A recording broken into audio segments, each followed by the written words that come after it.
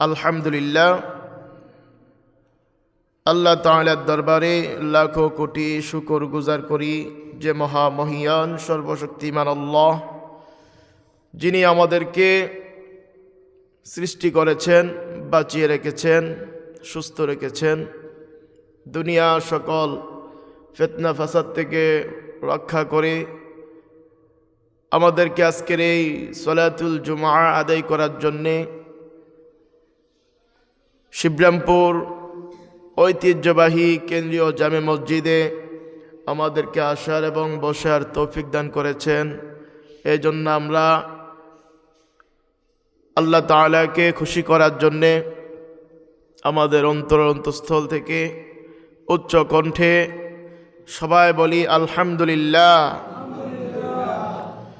লক্ষ কোটি দরুদ সালাম জানাই বিশ্ব মানবতার মুক্তির দূত সৈয়দুল মুরসালিন শফিউল মুজনবিন আকাই ইমাম তাজদার মদিনা হযরত আহমদ মুজতফা মুহাম্মদ মুস্তাফা সাল্লাল্লাহু আলাইহি ওয়াসাল্লামের প্রতি সবাই বলি সাল্লাল্লাহু আলাইহি ওয়াসাল্লাম। আল্লাহুম্মা সাল্লি ওয়া সাল্লিম ওয়া বারিক আলাইহি। সম্মানিত উপস্থিতি, মুসল্লিন কিরাম, মুরব্বিন আযম, উপদ্রালের মা ও বোনেরা, আজকে আমরা কোরআন এবং সুন্নাহ থেকে, হাদিস থেকে পিতামাতার যে হক রয়েছে এই সব সম্পর্কে জানব এবং জেনে আমরা যেন আমল করতে পারি। আল্লাহ তাআলা যেন কবুল করে। সবাই বলি আমিন। পিতামাতার হক এটা আল্লাহ রাব্বুল আলামিন তিনি ফরজ করে দিয়েছেন আমাদের উপরে। এই পৃথিবীর মুখ আমরা দেখেছি যাদের মাধ্যমে, পিতামাতা যাদের হাত ধরে আমাদের চলা, আমাদের হাঁটা শিখায়, যারা আমাদের মুখে খাবার তুলে দিয়েছেন, যারা আমাদেরকে মানুষ করেছেন, আমাদের জন্য যাদের প্রাণ সব সময় উজাড় থাকে, নিঃস্বার্থভাবে মা বাবা সন্তানকে ভালোবাসে, সেই মা বাবার সম্পর্কে আল্লাহ তাআলা আমাদেরকে কিছু নির্দেশ দিয়েছেন, কিছু ওসিয়ত করেছেন, কিছু ফরজ হুকুম দিয়ে দিয়েছেন আমাদের উপরে। আল্লাহ রাব্বুল আলামিন কোরআনুল কারীমের মধ্যে তিনি বলেন, وَقَضَى رَبُّكَ أَلَّا تَعْبُدُوا إِلَّا إِيَّاهُ وَبِالْوَالِدَيْنِ إِحْسَانًا। আল্লাহ রাব্বুল আলামিন বলেন, وَقَضَى رَبُّكَ أَلَّا تَعْبُدُوا إِلَّا إِيَّاهُ। আল্লাহ তাআলা তোমাদেরকে ওসিয়ত করতেছেন, ওয়াজ করতেছেন, আদেশ দিচ্ছেন, আল্লাহ তাআলা ছাড়া কারো ইবাদত করবে না। আল্লাহ তা'বুদু ইল্লা ইয়্যাহ, তোমার যে প্রতিপালক রব মাবুদ রয়েছে আল্লাহ, সেই আল্লাহকে ব্যতীত আর কারো ইবাদত করবে না। ওয়াবিল ওয়ালিদাইনি ইহসানা, তারপরে আল্লাহ বলেন এবং পিতামাতার সাথে সুন্দর সৎ ব্যবহার করবে। প্রথমে বলতেছে যে আমার নির্দেশ হচ্ছে, আমার হুকুম হচ্ছে যে আমার সাথে আমার ইবাদত করবে। কদা রব্বুকা আল্লা তা'বুদু ইল্লা ইয়্যা, আমার ইবাদত করো, আমার সাথে কারো কোনো সম্পর্ক, কোনো শরীক করবে না, আমাকে ব্যতীত আর কারো কোনো ইবাদত করবে না। ওয়াবিল ওয়ালিদাইনি ইহসানা, তারপরে বলেন যে তোমার পিতামাতার সাথে সৎ ব্যবহার করবে। সৎ ব্যবহার করবে। আল্লাহ তাআলা কেন বলেছেন যে সৎ ব্যবহার করবা? আল্লাহ জানে আমরা সৎ ব্যবহার করব না, এই জন্য আল্লাহ আমাদেরকে বলতেছে যে পিতামাতার সাথে সৎ ব্যবহার করবা। পিতামাতা যখন বৃদ্ধ হয়ে যায় তখন সন্তানের কাছে এটা পূজা মনে হয়ে যায়। ধমক দিয়ে কথা বলে, পিতামাতাকে মনে করা হয় যে তারা কিছু বোঝে না, যা বোঝে সব এই যুগের পণ্ডিতেরা বোঝে, এটা মনে করা হয় যে মা বাবা কিছু বোঝে না, এমনটা মনে করা হয়। আর এই জন্যই মা বাবার সাথে ধমক দিয়ে জোরে উচ্চ সুরে কথা বলা হয়। আর এটাই আল্লাহ তাআলা নিষেধ করেছেন যে পিতামাতার সাথে সৎ ব্যবহার করো। আল্লাহ প্রথমে বলতেছেন যে সৎ ব্যবহার করো, তারপর আল্লাহ বলেন ইম্মা ইয়াবলুগান্না ইনদাকাল কিবারা আহাদুহুমা আও কিলাহুমা ফালা তাকুল লাহুমা উফফিন ওয়ালা তানহারহুমা ওয়াকুল লাহুমা কওলান কারীমা। আল্লাহ রাব্বুল আলামিন বলেন ইম্মা ইয়াবলুগান্না ইনদাকাল কিবারা আহাদুহুমা, যদি তোমার জীবদ্দশায়, তুমি বেঁচে থাকা অবস্থায় তোমার মা বাবা যদি জীবিত থাকে, বৃদ্ধ হয়, একজন যদি জীবিত থাকে, একজন যদি বৃদ্ধ অবস্থায় তুমি পেয়ে যাও তাদেরকে, আও কিলাহুমা, অথবা দুজনকে যদি পেয়ে যাও। প্রথমে বলছে যদি তুমি একজন মাতা অথবা পিতাকে পাও বৃদ্ধ অবস্থায়, অথবা দুজনকে যদি পাও, ফালা তাকুল লাহুমা উফ, তবে এই বৃদ্ধ পিতামাতার সাথে কোনো সময় উফ শব্দটুকুও ব্যবহার করবা না। এই বৃদ্ধ পিতামাতার সাথে কখনো ফালা তাকুল লাহুমা এমন ব্যবহার করবা না, ধমক দিবা না, উফ বলবা না। ওয়ালা তানহারহুমা, এবং তাদেরকে ধমক দিবা না। পিতা এবং মাতা দুজনের ব্যাপারেই বলা হয়েছে। এক সময় পিতামাতার মধ্যে দুজনের মধ্যে মায়ের হক হচ্ছে সবচেয়ে বেশি, কিন্তু আল্লাহ তাআলা এখানে আমাদেরকে নির্দেশ দিচ্ছেন, আমাদেরকে ওয়াজ করতেছেন, আমাদের উপরে ফরজ করে দিয়েছেন যে তোমরা এই পিতা মাতা উভয়ের সাথে সুন্দর ব্যবহার করবা। প্রথমে বলছে সৎ ব্যবহার করবা, সুন্দর আচরণ করবা। তারপরে বলছে যদি বৃদ্ধ অবস্থায় পাও তাদেরকে, তাদের সাথে উফ শব্দটুকুও, তাদেরকে ধমক দিবা না। তারপরে আল্লাহ তাআলা বলেন ওয়াকুল লাহুমা, তোমরা তাদের সাথে এমন কথা বলবা, এমন ব্যবহার করবা, কওলান কারীমা, উত্তম ব্যবহার করবা, সুন্দর ব্যবহার করবা,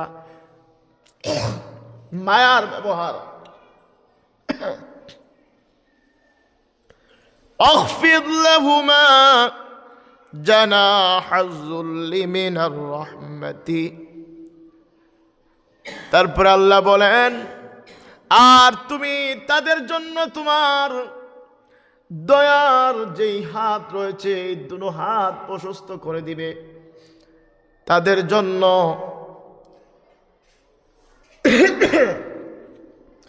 নম্রতা সহকারে শ্রদ্ধার বাহু প্রসারিত করো তাদের জন্য, তোমার শ্রদ্ধার বাহু, তোমার যে হাত, এটা প্রসারিত করে দাও তাদের জন্য, দয়ার বিছানা বানিয়ে দাও তাদের জন্য।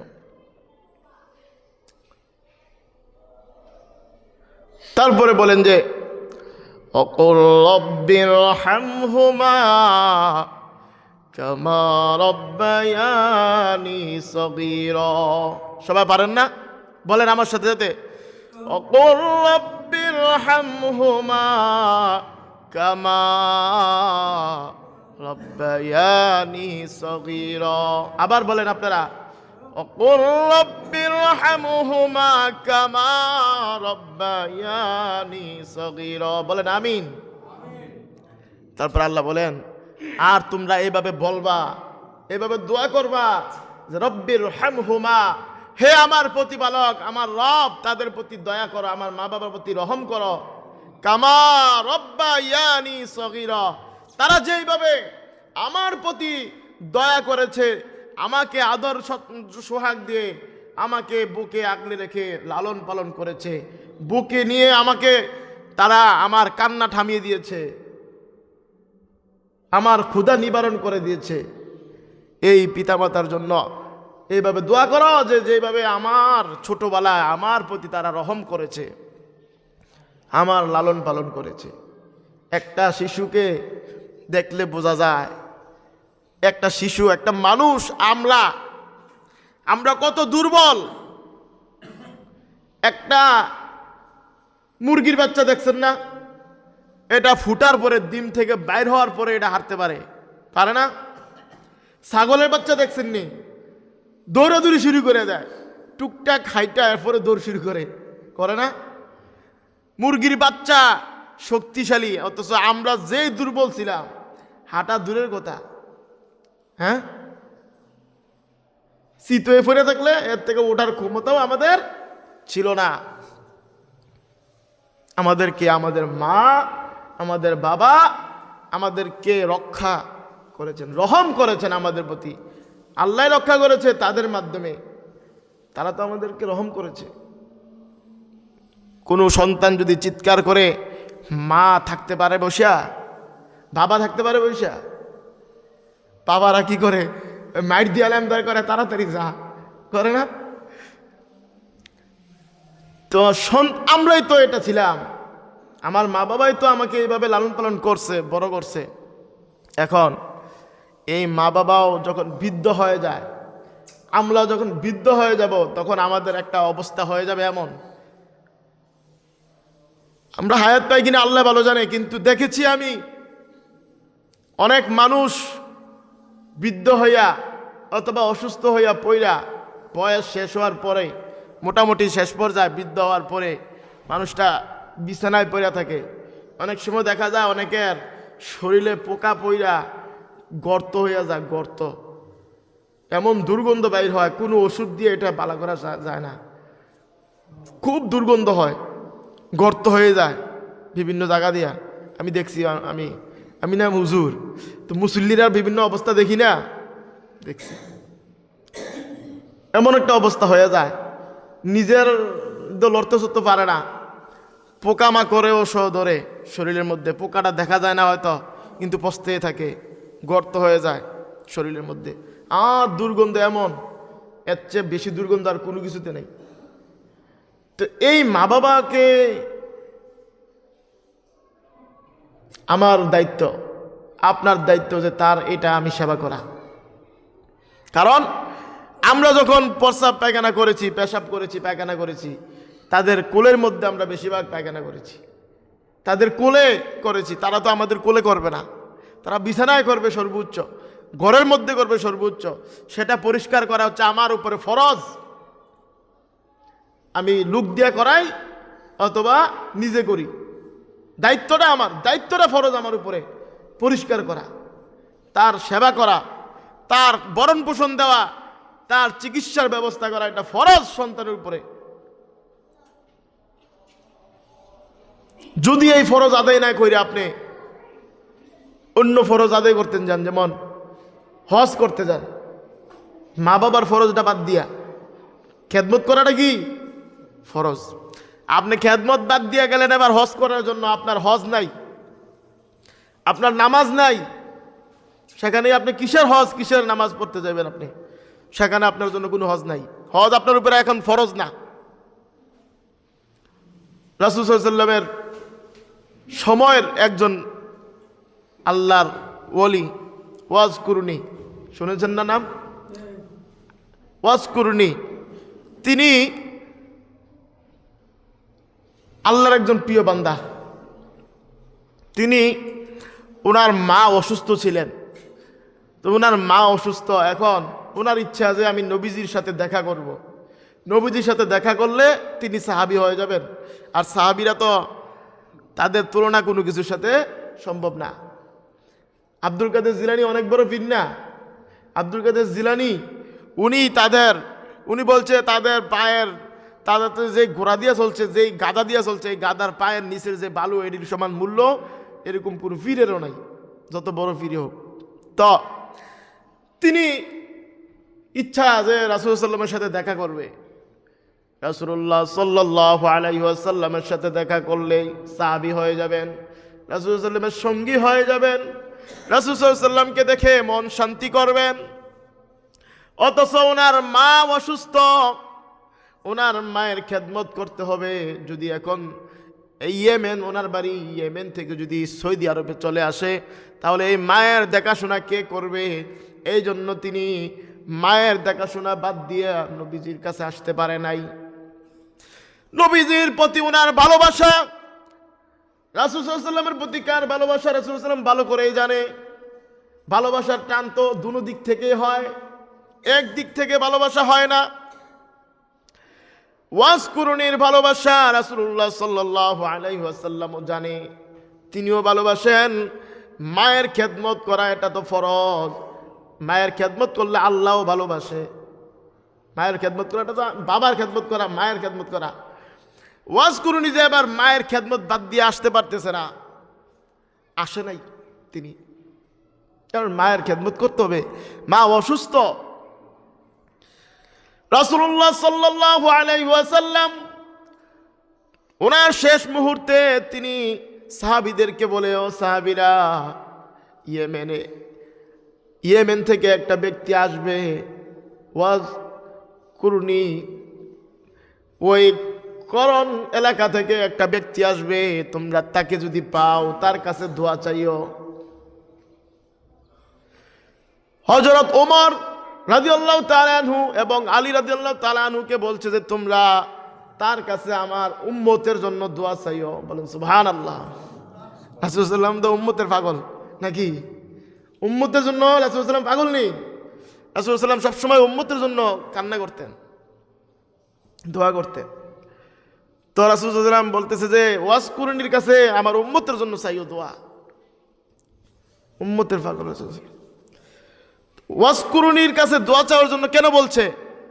যে ওয়াজকুরুনির দোয়া করলে এটা কবুল হয়ে যায়। মায়ের জন্য খেদমত করছে যে তার দোয়া ফিরায় দেয় না আল্লাহ তাআলা, সে মুস্তাজাবুদ দাওয়া, সে দোয়া করলেই কবুল হয়ে যায়।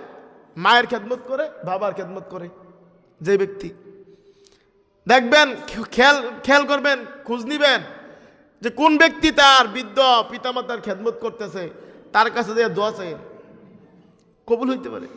আলেমদের দোয়া ক্ষুদ্র কবুল আল্লাহ ভালো জানে, কারণ সুদ ঘুষ সব কিছুর সাথে জড়িত আছে এখন।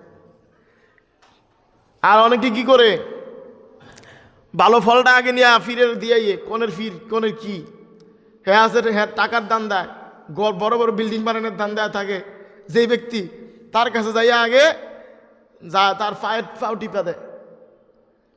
কিসের পীর? আপনার মা বাবাকে আপনি খেদমত করবেন, এটা হচ্ছে আপনার উপরে ফরজ, সেটা আপনার উপরে ফরজ না। আপনি সম্মান করবেন। পীর কেন, আপনি একটা পাগলকে দেখলেও সম্মান করবেন।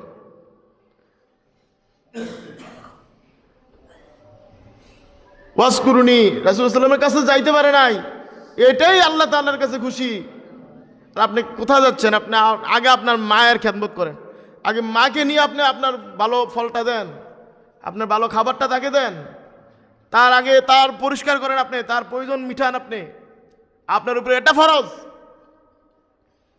নিয়ে দেয় কোথায়? পীরের কাছে দিবেন, এটা মানা নাই, এটা তো আরো ভালো বিষয়। শুধু পীর কেন, আপনি যাকেই খাওয়াবেন, একটা কুকুরকেও যদি আপনি খাবার দেন, এটার বিনিময়ে আপনাকে আল্লাহ জান্নাত দিতে পারে।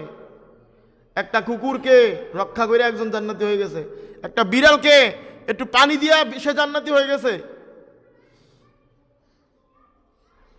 কিন্তু আপনার উপরে ফরজ হচ্ছে মা আর বাবা, তার ব্যবস্থা করা, তার পরিষ্কার করা, তার সেবা করা, তার খেদমত করা।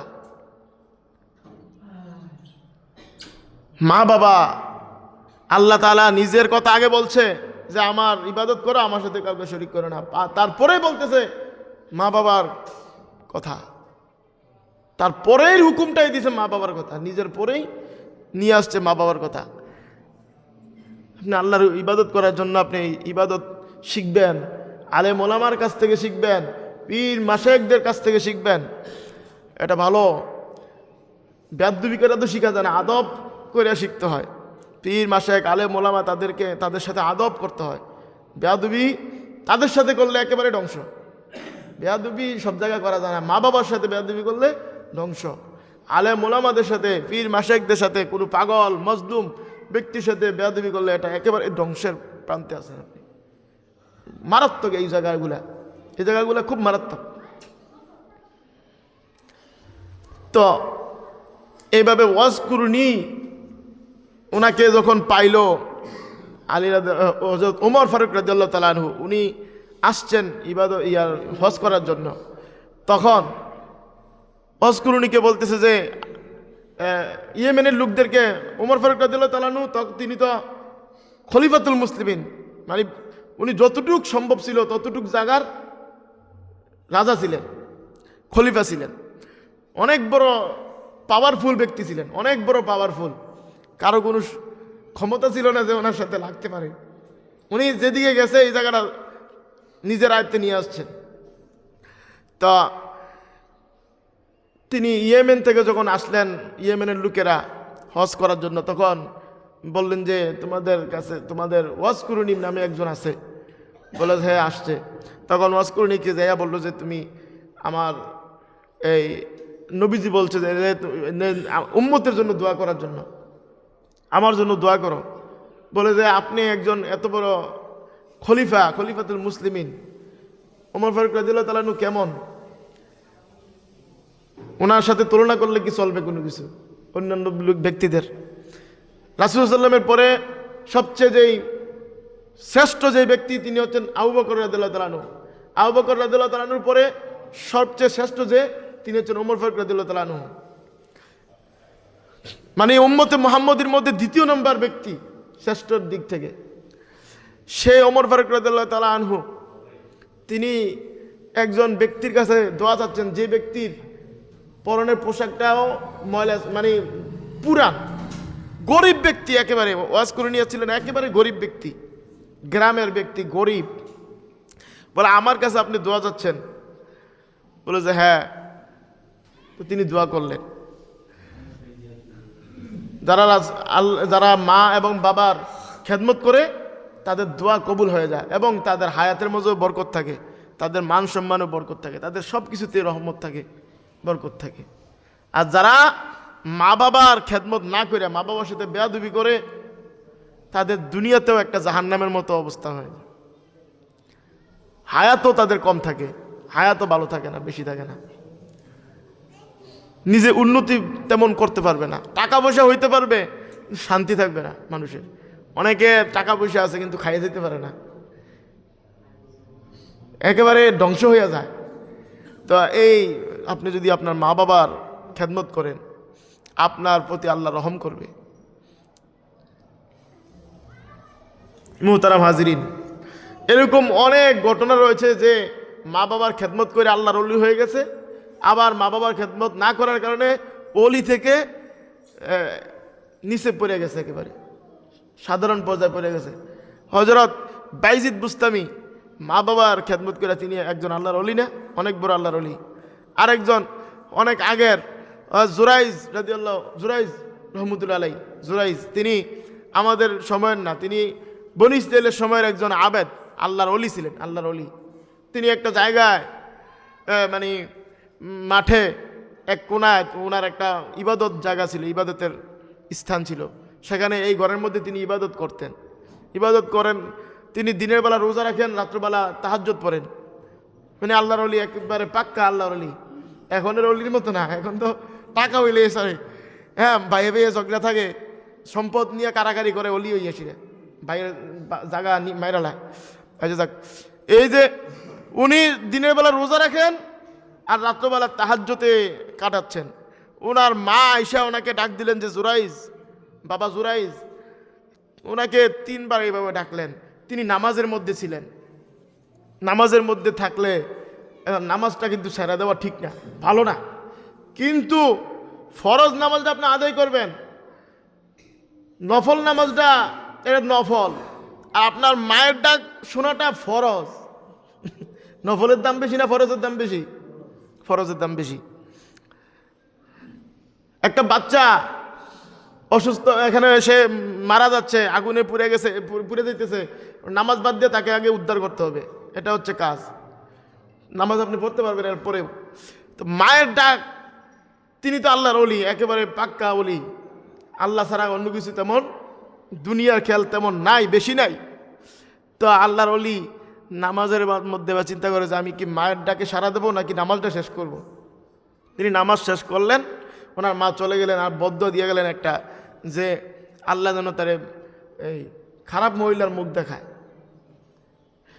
এই দোয়া করার পরে কিছুদিন পরে আইসা মানুষ তার গড় পিঠটা ফাইটটা, যেই জায়গায় নামাজ পড়তো এই জায়গাটার পিঠটা ভাঙ্গা এবার তারে নিয়া হেসড়ে মেসড়ে সিরা ফিরা মোটামুটি উত্তম মধ্যম দিয়ে লেছে, প্রথমে কিছু দিয়ে আবার নিয়া বিচারখানায় নিয়ে গেছে, মেলের মধ্যে নিয়ে গেছে। মেলের মধ্যে নিয়ে সে বলতেছে আমার অপরাধটা কি, আমাকে একটু বলো।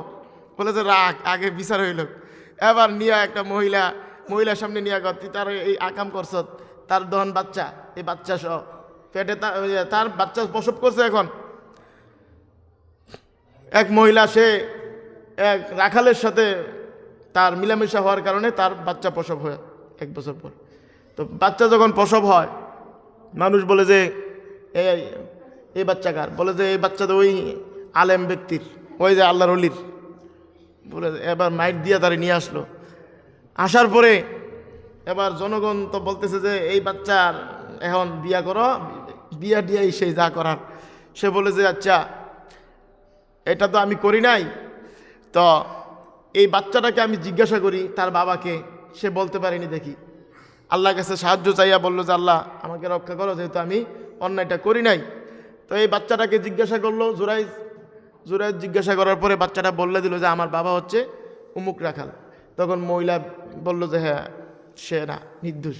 এবার জনগণ বললো যে আমরা যে আপনার সাথে এই বেয়াদবিটা করলাম, এখন আমরা আপনার এই ঘরটাকে ভালোভাবে বেশি টাকা পয়সা খরচ করিয়া একটা ভালোভাবে ঘর করে দেবো আপনাকে, আপনি এখানে ইবাদত করবেন, আমাদেরকে মাফ করে দিয়েন। সে বললো যে না, আমার তোমাদের এই এত টাকা পয়সা এত ইয়ার দরকার নাই, আমার এটা আগের মতোই করে দাও। তো সে তখন বুঝলো যে ওই যে মায়ের যে বদুয়াটা ছিল এটা কবুল হয়ে গেছে। মা বলছিল কি খারাপ মহিলার মুখ দেখা যেতে তারে নেয়, খারাপ মহিলার মুখ দেখলো এবং কি অপমান হইল, খুব মারাত্মক অপমান। হ্যাঁ, এই যে আল্লাহর অলির থেকেও পড়ে দেবো, আবার আল্লাহর অলি না, একটা খারাপ ব্যক্তি থেকেও আপনি যদি মা বাবার খেদমত করেন আপনি আল্লাহর অলি হইতে পারেন। আল্লাহর অলি আপনি, এটা আপনার দায়িত্ব। আপনি যদি আল্লাহর হুকুমটা পালন করেন, আল্লাহর হুকুম এটা, আল্লাহর হুকুম পালন করলেই তো আপনি আল্লাহর নিকট বসতে হবেন, নিকট আল্লাহর প্রিয় হয়ে যাবেন। আল্লাহর প্রিয় কিভাবে হয়? বড় বড় চুল রাখলে হয় নাকি? একটা দরবার দিতে হয়ে যায়? আল্লাহর হুকুম মানলে না আল্লাহর প্রিয় হওয়া যায়, আল্লাহর অলি হওয়া যায়? হ্যাঁ, নাকি গান বাউলের মতো গান বললে হয়ে যায়? দেখছেন বাংলাদেশের মধ্যে কি অবস্থা চলতেছে। একজন 5 পাস মানুষ, সে হচ্ছে 5 পাস, এই আবুল সরকার নাকি বাউল, 5-এ মাত্র পড়ছে, সে আবার কোরআনের তাফসির করে যে এই কুলাজুবির নাচে নাচতে গেছে। হ্যাঁ, কুলাজুবিও নাচে, মালিককেও নাচে, ইলাইও নাচে, হ্যাঁ মিনসুর ওয়াসিল খন নাচে, আল্লাহ দিবাসুল ফিস বিসুদুর নাচে। বলতেও পারে না, বলে যে শুধু নাচতেই কইতেছে আল্লাহ, আমরা নাচি আল্লাহ। কত বড় মারাত্মক দেখছেন। এই মূর্খ শুধু 5 পাস করছে, সে আবার কোরআনের তাফসির করে ফেলছে যে কুলাজবিন নাচে। দেখছুন কুলাজবিন নাচে, নাচতে কইছে, মালিককেও নাচে কইছে, ইলাইও নাচে কইছে। নাচ অর্থ কি? নাচ অর্থ কি এটাও জানেন না, নিজের সম্পর্কেও জানেন না। নাচ অর্থ মানুষ, নাচ অর্থ কি? মানুষ। কুল আউযু বিরাব্বিন নাস, আল্লাহ বলছে যে বলো আউযু বিরাব্বিন নাস, আমি আশ্রয় চাই মানুষের রবের কাছে, মানুষের রবের কাছে। রব অর্থ যিনি পালনকর্তা, লালনকর্তা, সৃষ্টিকর্তা, তাকে রব বলা হয়।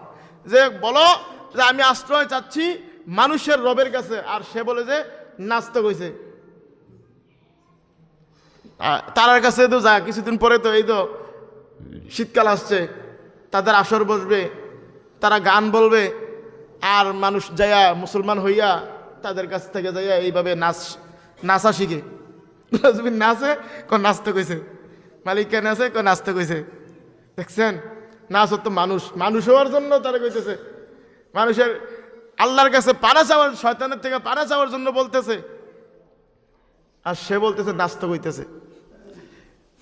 তারপরে সে মূর্খ হওয়ার কারণে তো এই কথাটা বলছে। যদি সে একটা বুঝতো যে কুল আউযু বিরাব্বিন নাস, যে আমি পানা যাচ্ছি আল্লাহ এই মানুষের রবের কাছে, তাহলে সে এই অর্থ কোনোদিন বলতো না যে নাচার জন্য বলছে। তারপর সে বলতেছে কি যে আল্লাহর আগা মাথা কিছুই বুঝি না, আগা মাথা এই সে বলতেছে না, আল্লাহকে নিয়ে কত বড় বেয়াদবি আচরণ করছে সে, আল্লাহকে নিয়ে এমন বেয়াদবি আচরণ করছে, এমন কথা বলছে, এখন তাকে মেরে ফেলা হচ্ছে ফরজ। রাসূল সাল্লাল্লাহু আলাইহি ওয়াসাল্লামকে নিয়ে যদি কেউ বেয়াদবি করে, তে ক্ষমা চাইলেও তারা মেরে ফেলতে হইব, এটা হচ্ছে ফরজ উম্মতের উপরে, এটা হচ্ছে ফরজ। সে যদি ক্ষমা চায়, কোনো ক্ষমা নাই তার, ক্ষমা চাইলেও ক্ষমা নাই।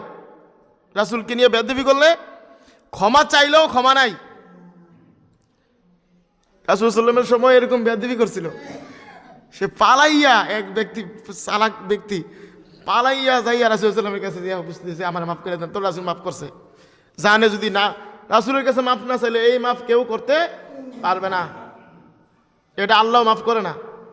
রাসূল সাল্লাল্লাহু আলাইহি ওয়াসাল্লামের সাথে বেয়াদবি করলে রাসূল ছাড়া আর কেউ মাফ করতে পারবে না, তাকে হত্যা, কতল, তার কল্লাটা বাতালে খুব দেওয়া হচ্ছে ফরজ। আল্লাহকে নিয়ে বেয়াদবি করলেও তাকে কতল করা।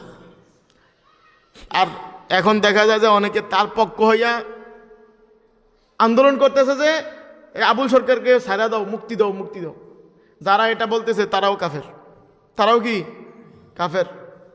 যারা আবুল সরকারের পক্ষ হইয়া বলতেছে যে আল্লাহর বিপক্ষে, আল্লাহর বিরুদ্ধে যে এরকম কথা বলছে, তার পক্ষে যে গেছে সেও কাফের। কাফেরের পক্ষে গেলে আপনি কাফের না, আল্লাহর বিপক্ষে গেলে আপনি তো আল্লাহর শত্রু। কাফেরের পক্ষে গেছেন আপনি কাফের। এ বাউল যদি জানতো যে আল্লাহ প্রথমে কি সৃষ্টি করছে, কোরআন থেকে যদি জানার চেষ্টা করতো, কোরআনের ভিতরে সে পাইতো না আল্লাহ কি সৃষ্টি করছে। আল্লাহ তো কোরআনে বলে নাই প্রথমে কি সৃষ্টি করছে, কোরআনে বলে নাই। হাদিসের মধ্যে রাসূলুল্লাহ সাল্লাল্লাহু আলাইহি ওয়াসাল্লামের একটা হাদিস পাওয়া যায়, যেটা যে প্রথমে কলম সৃষ্টি করেছেন, আল্লাহ প্রথমে কলম সৃষ্টি করেছেন, একটা হাদিস পাওয়া যায়। আর এমনি রাসূলুল্লাহ সাল্লাল্লাহু আলাইহি ওয়াসাল্লামের নূর সৃষ্টি করছে, এটা আগে সৃষ্টি করছে, কিন্তু কখন, কলমের আগে না ইয়া পরে, বা এই হাদিসটাকে কিন্তু দুর্বল হাদিস। আপনি হাদিস থেকে শুধু কথা বললে আপনি কোনো ভুল পাবেন না, হাদিসেও না, কোরআনেও না। কোরআন নিয়ে রিসার্চ করলে আপনি মুসলমান হয়ে যেতে হবে। যে হোক, যারা বিজ্ঞানী ব্যক্তি, বিজ্ঞানী, তারা যদি কোরআন নিয়ে বসে, কোরআনের ভুল ধরার জন্য যদি বসে, সে মুসলমান হয়ে যেতে হবে। কারণ কোরআন এমন একটা মুজিজা, এটা ভুল আপনি খুঁজেই পাবেন না। আপনি যখন ভুলটা ধরবেন তখনই আপনি শুদ্ধ হয়ে যাবেন, যে না এটা তো আমি এনে বলছিলাম। এই 5 পাস কইরা একটা ব্যক্তি সে বলে, আর আপনারা না, মানে মুসলমান হইয়া টুপি মাথা দিয়েও যায় তাদের থেকে শোনে। ইসলামের কথা যদি শুনতে চান, কোরআন যদি, হাদিস যদি জানতে চান, তাহলে আলেমের কাছে যেতে হবে। আলেম, এবার পীর যদি হয়, সে পীর যদি আলেম হয় তাহলে তার কাছে যাবেন। সেই পীর যদি আলেম না হয় তাহলে তো সে অন্য দান্দা, তার আলেম না হলে তার দান্দারা ভিন্ন, তার কাছে যাবেন করে আপনি। সে কোরআন পারে না, আপনাকে কি শিখাবে? সে হাদিস পারে না, সে আপনাকে কি শিখাবে? আপনি তো যাবেন সেখান থেকে কোরআন হাদিসের সম্পর্কে, কোরআন হাদিসের জ্ঞান নেওয়ার জন্য তার কাছে, নাকি শয়তানের জ্ঞান নেওয়ার জন্য যাবেন? তো আপনি কোরআন হাদিসের জ্ঞান নেওয়ার জন্য যাবেন, সে আলেম হতে হবে।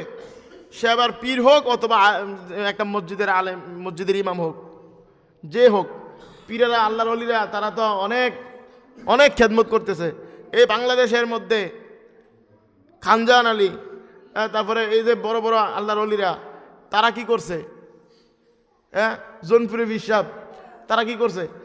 লেংডি পড়তো মুসলমানরা, মুসলমান হইয়া লেংডি পড়তো, এতটুক মাত্র কাপড়, অল্প একটু জায়গা নাকি ঘোরা রাখতো। তিনি একটু বড় করাইছে আস্তে আস্তে আস্তে আস্তে, তারপরে হাঁটুর নিচে, তারপরে লুঙ্গি শিখাইছে, বলে যে এটা হচ্ছে ফরজ। কি?